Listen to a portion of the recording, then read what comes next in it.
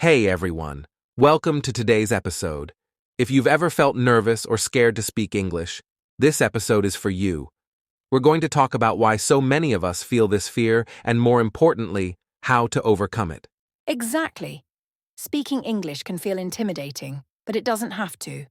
Today we'll help you understand what's really going on in your mind when you feel that fear and give you simple steps to start speaking with more confidence. So, if you've ever held back from speaking English because you were worried about making mistakes, stick with us. By the end of this episode, you'll feel ready to face those fears and start speaking without hesitation. Let's dive in and show you how to break free from the fear of speaking English once and for all. Let's get to the heart of the issue.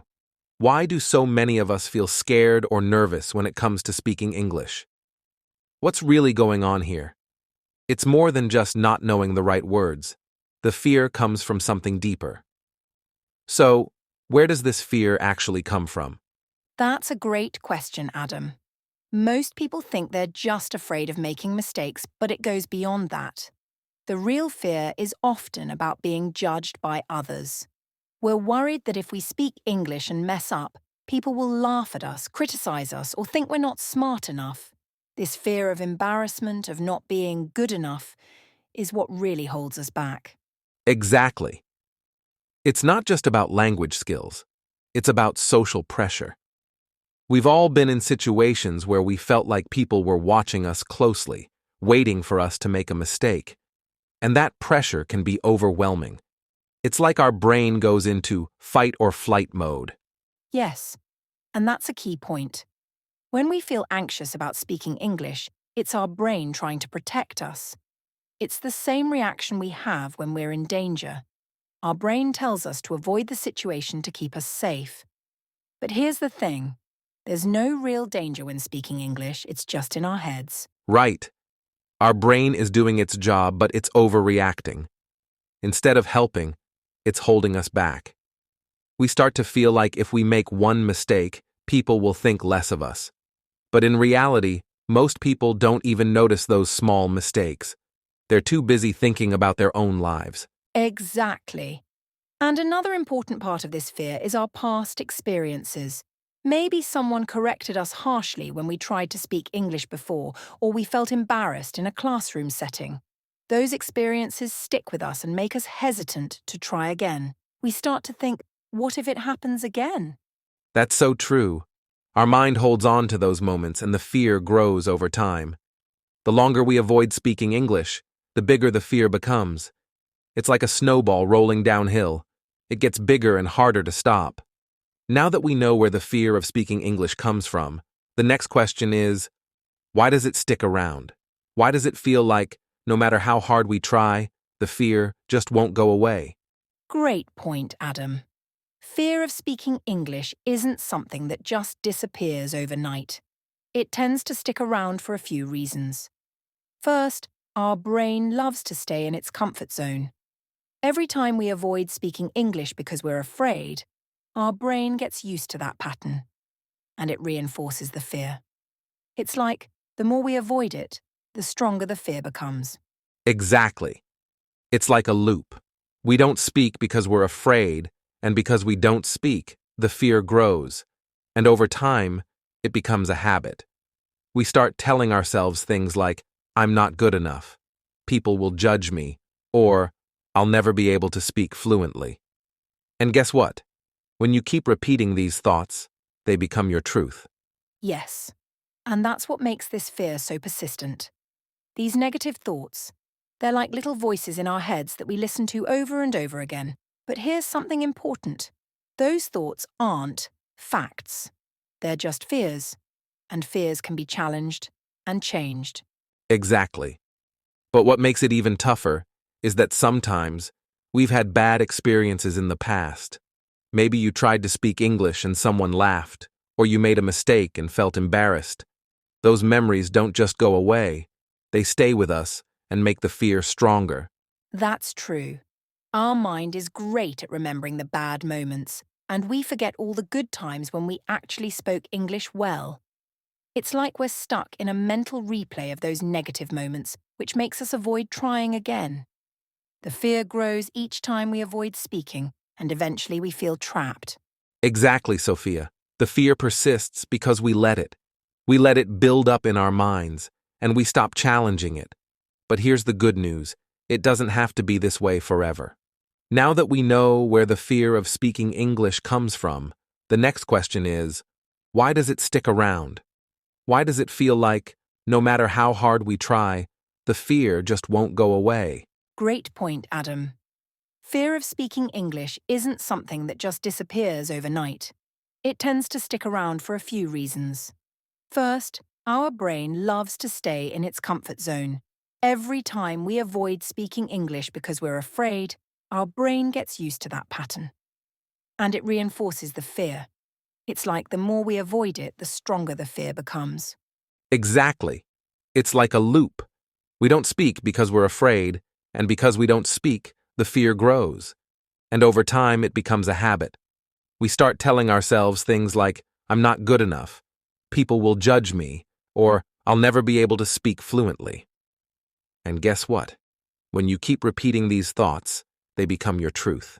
Yes, and that's what makes this fear so persistent. These negative thoughts, they're like little voices in our heads that we listen to over and over again. But here's something important. Those thoughts aren't facts. They're just fears. And fears can be challenged and changed. Exactly. But what makes it even tougher is that sometimes we've had bad experiences in the past. Maybe you tried to speak English and someone laughed, or you made a mistake and felt embarrassed. Those memories don't just go away, they stay with us and make the fear stronger. That's true. Our mind is great at remembering the bad moments, and we forget all the good times when we actually spoke English well. It's like we're stuck in a mental replay of those negative moments, which makes us avoid trying again. The fear grows each time we avoid speaking, and eventually we feel trapped. Exactly, Sophia. The fear persists because we let it. We let it build up in our minds, and we stop challenging it. But here's the good news. It doesn't have to be this way forever. All right, now comes the part you've all been waiting for. How do we break the cycle of fear when it comes to speaking English? We've talked about why the fear exists and why it sticks around, but the big question is, how do we stop it? Exactly, Adam. The good news is, no matter how long you've been stuck in this cycle, you can break free. The first step is to challenge the fear head on. Instead of avoiding speaking English, we have to face it. And one of the best ways to do this is through something called gradual exposure. Gradual exposure sounds fancy, but it's simple. It means starting small. You don't have to jump into a big conversation right away. Start with small, low-pressure situations. Maybe it's ordering food in English or saying a few sentences to a friend. Every little step builds your confidence. That's so important. Every time you take a small step and succeed, your brain learns that speaking English isn't as scary as it seems. And over time, these small wins add up. The fear starts to lose its power. Another powerful tool is self-talk. What you tell yourself matters. Right. Instead of focusing on what could go wrong, start telling yourself what could go right.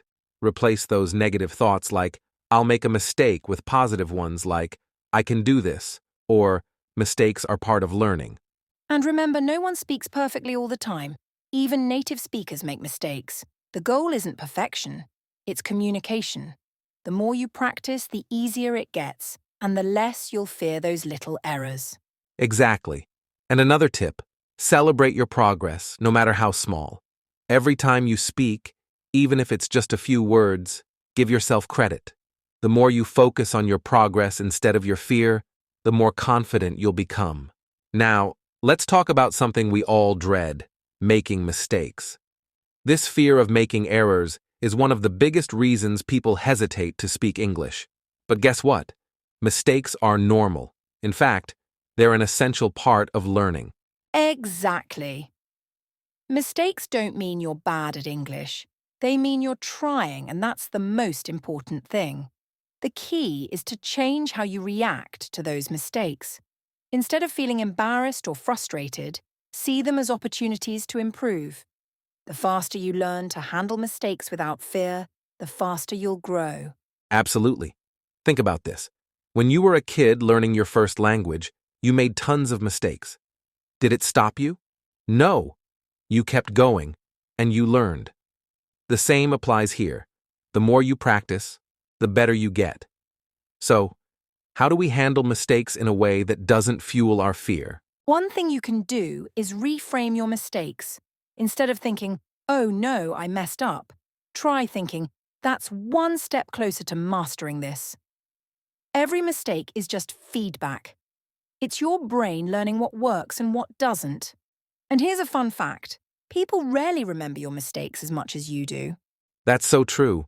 We tend to overthink our errors, but most of the time other people either don't notice or they forget them quickly.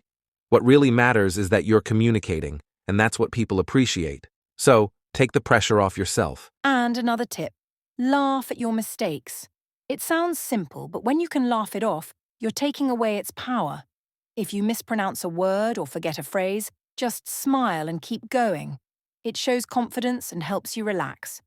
Yes! Laughing at your mistakes not only makes you feel better, but it also puts the people around you at ease. It creates a more comfortable environment where learning can happen naturally. And remember, even native speakers make mistakes. The difference is they don't let it stop them from speaking. Exactly. So the next time you make a mistake, don't freeze up or get discouraged. Just keep going. It's not about being perfect. It's about getting your message across. And the more you embrace your mistakes, the more confident you'll become in your ability to speak English. Now that we've talked about how to handle mistakes, let's move on to something really important: how to actually practice speaking English without letting fear hold you back. Because the more you practice, the more confident you'll become, and the less fear will control you. Exactly. But the trick is to practice in ways that don't overwhelm you. If you jump straight into a difficult conversation, it can make the fear worse. So let's talk about some practical steps to practice speaking that help you build confidence gradually. One great way to start is by practicing alone. It sounds simple, but speaking English to yourself, whether in front of a mirror or while you're doing everyday tasks, is a powerful tool. This helps you get comfortable forming sentences without the pressure of being judged. Yes, you can even record yourself speaking. This way, you can listen back and notice areas for improvement, but also see how far you've come. And remember, when you're practicing alone, you're creating a safe space where there's no fear of mistakes or embarrassment. It's just you and your learning. Exactly. And once you're comfortable with that, you can move on to low-pressure conversations. Start by talking to friends or family members who you trust, people who won't judge you. You can also join online communities where people are learning English just like you. These spaces are supportive and allow you to practice without fear of being criticized. Another great tip is to find a speaking partner, preferably someone who's also learning English. This way, you're both in the same boat and the pressure is off. You're learning together, which makes the experience less intimidating. And don't forget, it's not about perfection. It's about communicating and learning from each other. That's so true. And when you're ready to take it a step further, try putting yourself in real-world situations where you can use English, but in a relaxed way. Order food at a restaurant, ask for directions, or even start a small conversation with a shopkeeper.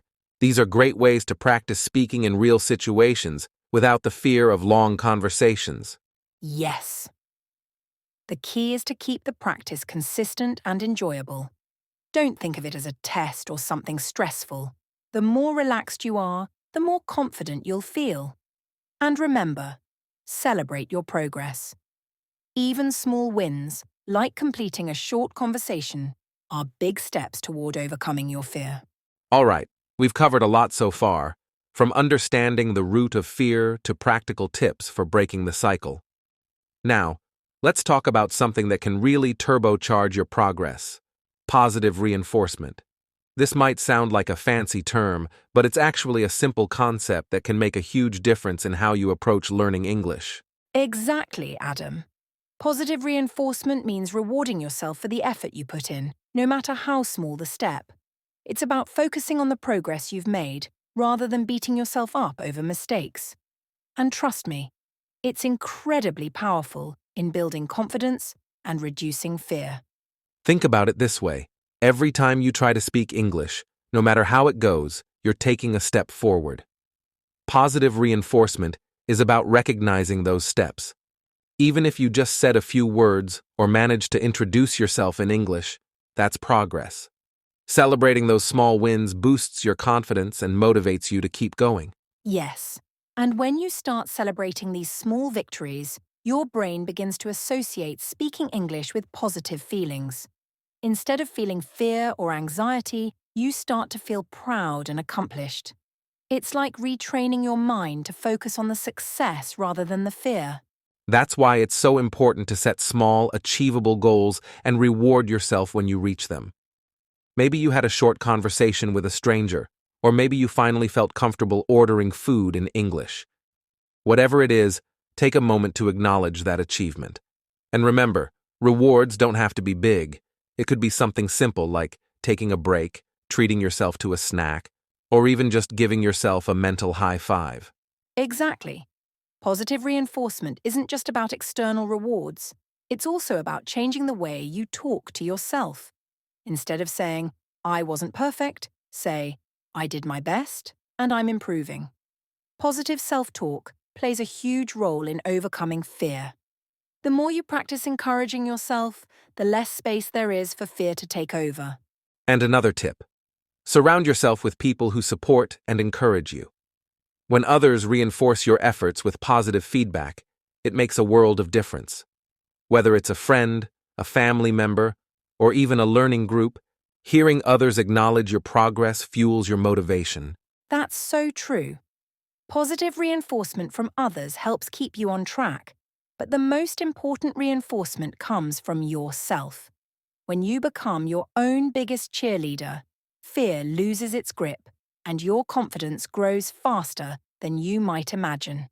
Thanks for joining us today. Remember, every step you take brings you closer to fluency. That's right. Keep practicing, stay positive, and don't let fear hold you back. If you found this helpful, don't forget to like, subscribe, and share. See you in the next episode. Until then, keep learning and believing in yourself. Bye for now.